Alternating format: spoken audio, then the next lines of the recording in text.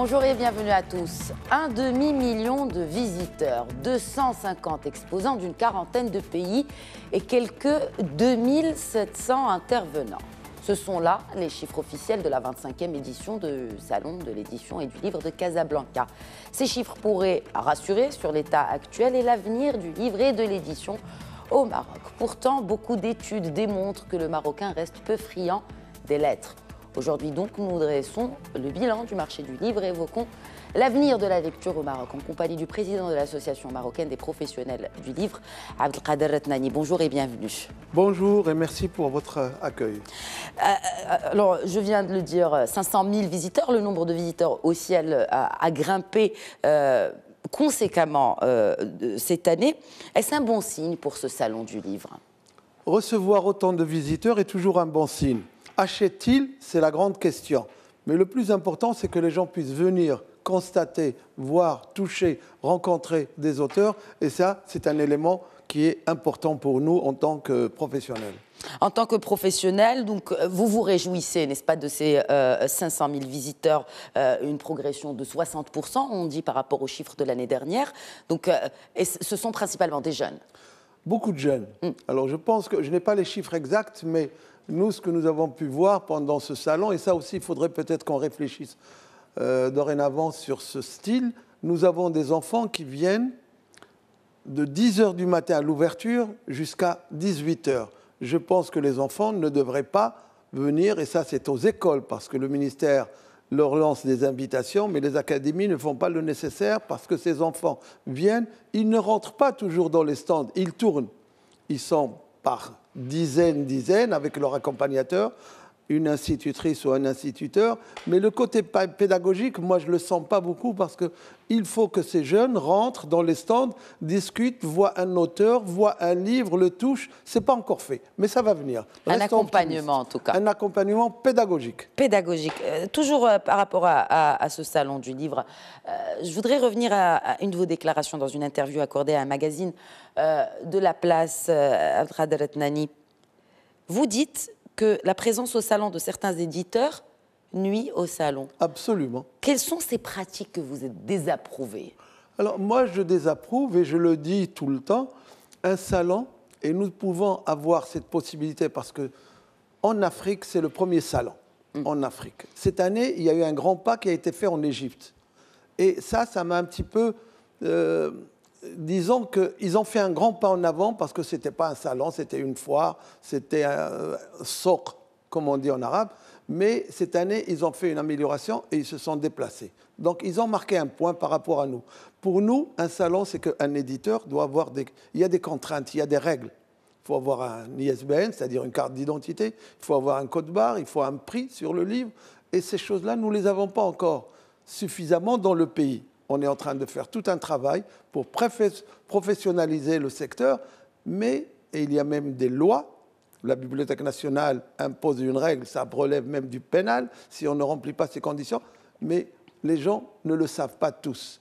Et on ne peut pas du jour au lendemain devenir éditeur. Et puis nous avons un deuxième phénomène, nous avons certains pays arabes, des amis, des frères, mais qui ne respectent pas cette règle, et je peux le citer, sans aucune... C'est l'Égypte, où il y a des centaines et des centaines d'éditeurs, mais il y a éditeurs et éditeurs. Alors j'estime qu'on devrait être... Le ministère essaie de faire un travail pour être encore beaucoup plus vigilant, mais vous savez, quand on met des barrières, il y a toujours des possibilités pour venir autrement, et il faut qu'on puisse arriver à solutionner ce problème et on aura réglé une bonne partie pour que ce salon reste le plus beau salon d'Afrique.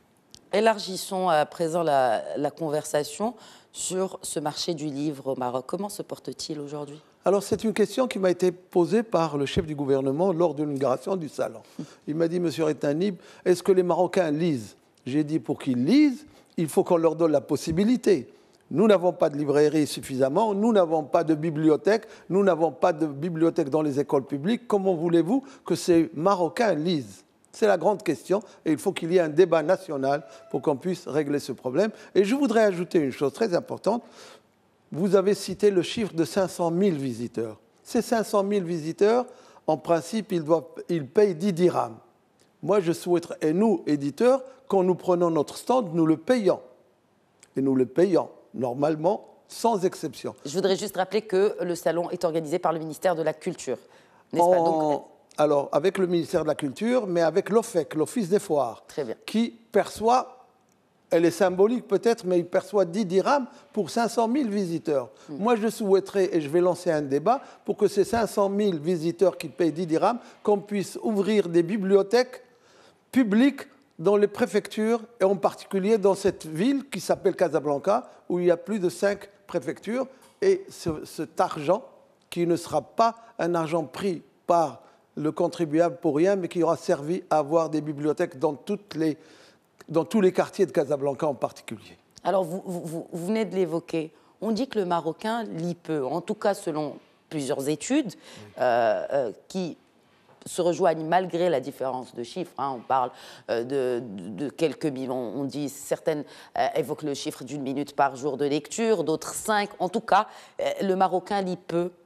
Est-ce que le fait qu'il n'y ait pas assez de librairies, qu'on n'inspire pas, qu'on n'incite pas peut-être les plus jeunes à lire à l'école comme on le faisait d'antan, impacte ceci? Absolument, absolument.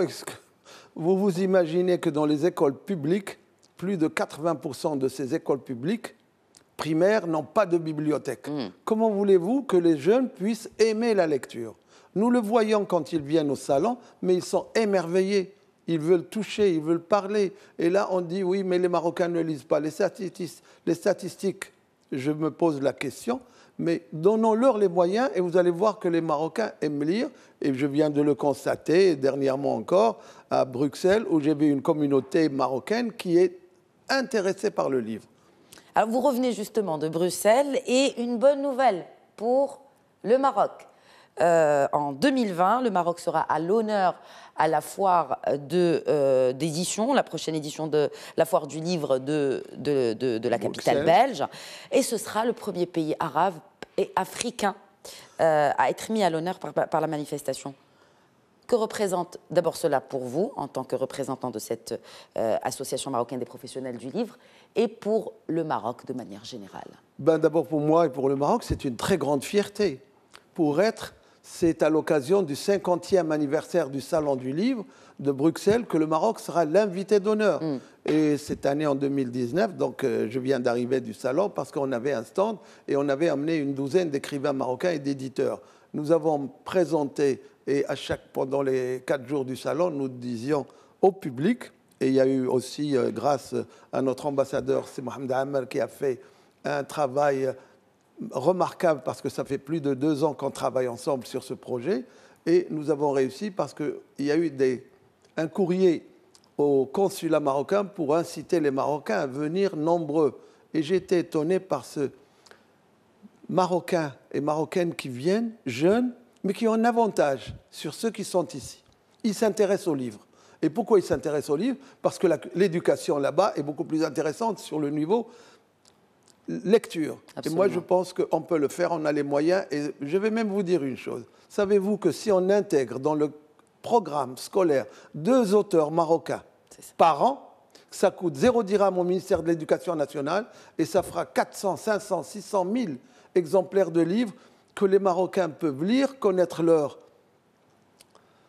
environnement, leurs valeurs par des grands écrivains marocains. Et on en a. Et on n'arrive pas à le faire. Je me pose toujours aussi la question, et ça sera dans notre combat pour les prochaines années, avec tous ces éléments qui sont importants et qu'on peut régler sans qu'on mette un budget, parce que le problème, quand on parle, on dit oui, on n'a pas de budget. Nous n'avons pas besoin de budget, parce que chacun va mettre la main dans la poche et on peut donner une véritable dimension à nos jeunes qui vont rêver, qui vont être fiers de leurs écrivains, et nous en avons énormément.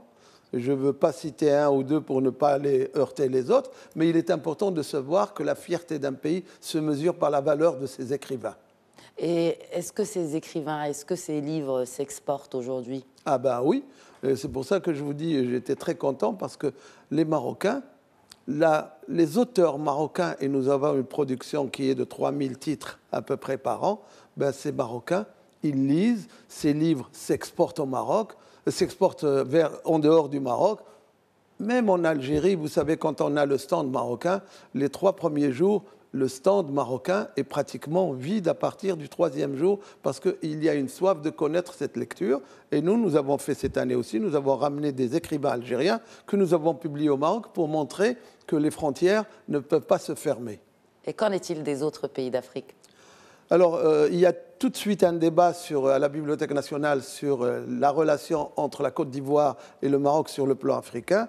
Nous avons apporté notre savoir aux éditeurs africains et nous avons tenu, grâce au ministère de la Culture cette année, qui a fait une table ronde avec des pays comme le Gabon, le Cameroun, le Sénégal, la Côte d'Ivoire, et nous avons participé et nous allons amener notre savoir à ces pays qui sont demandeurs de la production marocaine et ça va se faire dans les prochains jours, grâce toujours jeudi au transport de ces ouvrages par le ministère de la Culture.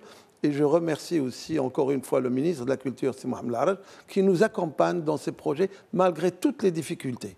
Et ça, je pense qu'on va faire de bonnes choses et on va faire sortir la production marocaine en dehors de ses frontières, malgré qu'elle soit déjà sortie, mais elle sortira encore plus pour 2020.